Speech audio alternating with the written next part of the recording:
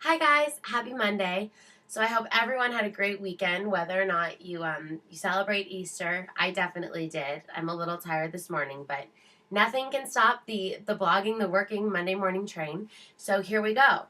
This is part 4 of how to make money online.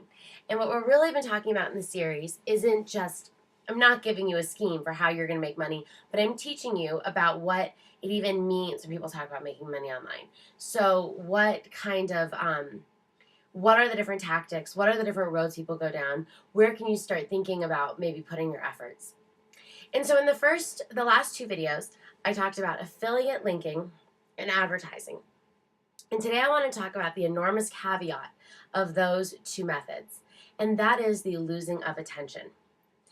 Basically, the biggest mistake that the majority of people make, and I did this too, so this is the sinner preaching, is that you think of it as you put on a site and all you have to offer is advertising.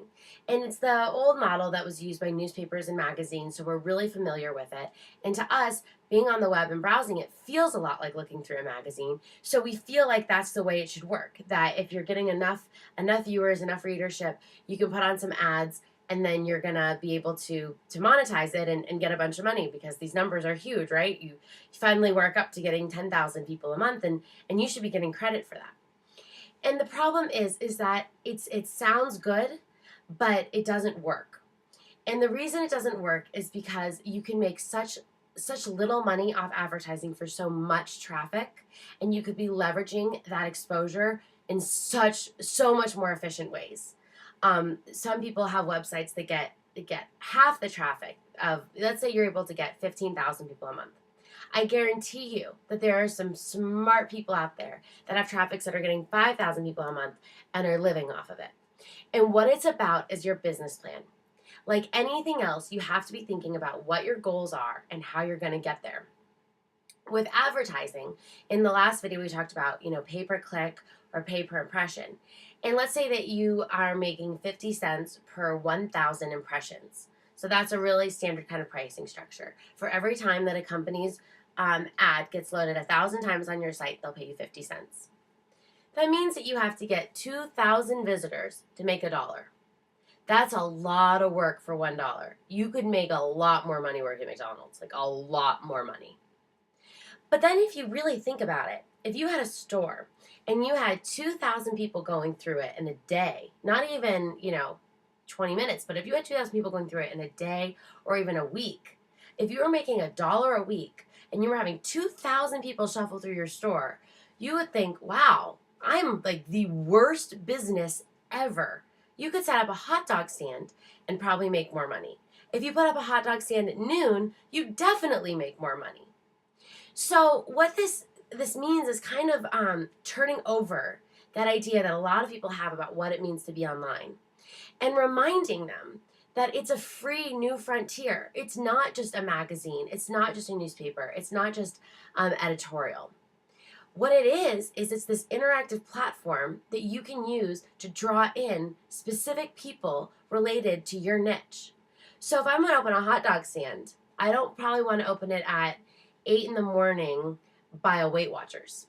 There aren't going to be that many girls going into the 8 a.m. Weight Watchers meeting. They're like, oh, I should really eat a hot dog right now. That's silly. But if you open up, we've all seen this one, you open up a hot dog stand or by a college bar scene at 3 in the morning, and you will have a line on the block because everyone at 3 in the morning is going to bars. It's really hungry. So it's about where you're putting your efforts, bringing in the right people, and then having something to give them that's exactly what they want at that moment. Yes, every one of those college kids could end up going home and making themselves some macaroni and cheese, but at that moment, they do not have the self-control to wait. They want that hot dog, and they want it now. So that's what you need to think about. What is your drunk college kid hot dog offering? What can you give them that they need now? So that means it's not just about bringing in any traffic. You really want that drunk 3 a.m. college kid that has $2 in their pocket. And chances are, if they've been at the bar all night, they have an extra $2. So you're really getting this specific person. That's different than hoping some 80-year-old woman is in an ambulance going to the hospital at 3 in the morning. She's not going to stop and get a hot dog. Under no circumstances is she going to stop and get a hot dog. So you really, really think about who you're getting, the type of traffic you're getting, retaining that attention, and then not giving it away for pennies. So let's say you finally get that really targeted person to your blog. Let's say you love fishing, and you get that fishing person to your blog, and this guy loves to fish. I really don't know anything to say about fishing, but he loves to fish. And he loves to buy new tackles and baits and worms and stuff. And you get him onto your site, and you've got all these little ads up, and you're making your, 30 cents a day on your ads, and totally not even paying for toilet paper a month on this, but, it makes you feel good because you're getting something. And he's reading your article, and he likes what you got to say, and he's in a good mood, and he's kind of looking to, maybe buy some bait or something. And he sees this glittery little ad on the side to buy half-price bait or tackle. So, awesome. I mean, your writing has gotten him in this awesome mood. He's super excited. He clicks on the ad. He goes to their site. He loves it. He's buying stuff. You never hear from the guy again. So what you just did was you put in all this work to do actually really effective marketing for this other company, and they're going to pay you 30 cents or 50 cents per 1,000 views.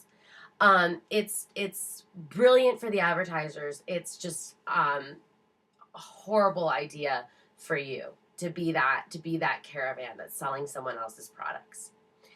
The best thing you could be doing if you were in this guy's shoes is to be using that time and that energy to gain a new reader, to gain a new person that has to have more of his site.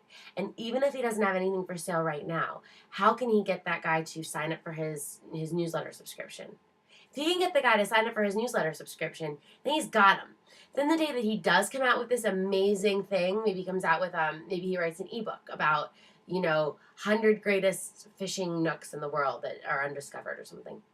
And he finally comes up with that a year later. And he sends out a notice to all of his subscribers. I know you guys enjoy my writing, and I know you guys love fishing. Thought you might want to know about this book. Maybe this guy's totally forgotten where he signed up for this list, but he loves this book. That's exactly what he wants. So instead of taking in that visitor and then sending them away, he's brought in that visitor and found a way to retain him for when he's ready, for when he's got something to offer him. Even better, have something to offer him right away. On my site, so I have bloggingfearlessly.com, missmorphosis.com, and missquotations.com. The only ads I have, besides the one wine ad on Miss Morphosis that I joke about, which I do have, is I think I have a little tiny Barnes & Noble one on Miss Quotations as well. But besides that, all of my sidebar advertising space goes to advertising my different sites. So I'm hoping that if you like Miss Quotations, you'd be the kind of person that would like Miss Morphosis. So there are ads for Miss Morphosis on Miss Quotations. So by having ads up, I'm not making any money because I'm not going to pay myself to feature my own ads, but I'm retaining that attention. I'm retaining that loyalty. So when someone's in Miss Quotations, if they get distracted by a sidebar ad, they're just going to go to another one of my sites. So they're staying within my loop. They're learning more about what I have to offer.